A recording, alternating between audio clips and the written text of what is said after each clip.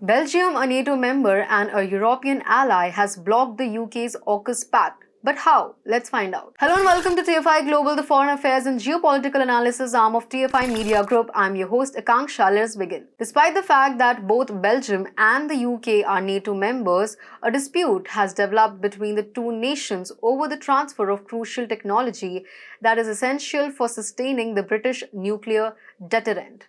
The argument has intensified in response to concerns from inside the Belgian government that Britain has threatened to cancel the arms deal for machine guns built in Belgium by FN Herstal worth up to £514.90 million unless the export is approved. In a time of war in Europe, senior Belgian government sources fear that the dispute threatens NATO and Western unity.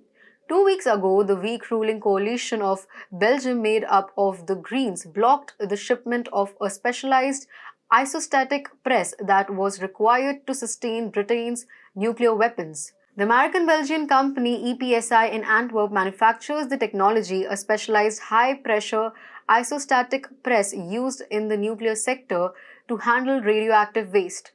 What's the catch here? It's an American-Belgian company. Further, according to the Flemish business AM website, a senior source in the Belgian government described the presses as unique in the world. The British Atomic Weapons Establishment at Aldermaston, which is in charge of the design, production and maintenance of British nuclear weapons, uses the press as a component of the manufacturing process. The absence of this nuclear technology can make the UK paralysed in the AUKUS deal. Australia is yet to choose between UK and US as to whose nuclear submarines it would opt for. If the UK would be facing problems sourcing important nuclear technology, Australia would wisely prefer the US on that matter. Last year, the AUKUS deal was announced under Australian Prime Minister Scott Morrison in a secret agreement with Washington and London to encounter the growing presence of China in the Indian Ocean region and the East and South China Seas. Under this deal, Australia was supposed to acquire at least 8 nuclear submarines.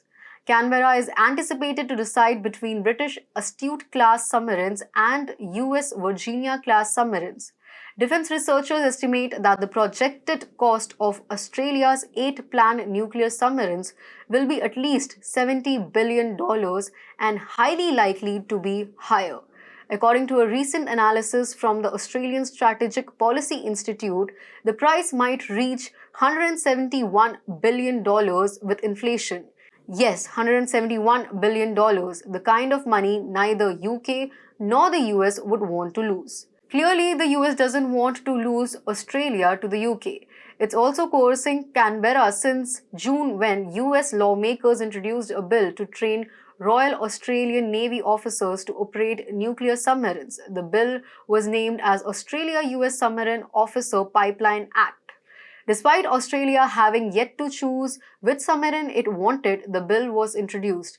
And now, Belgium not supplying crucial nuclear technology is another straw in the UK's wind.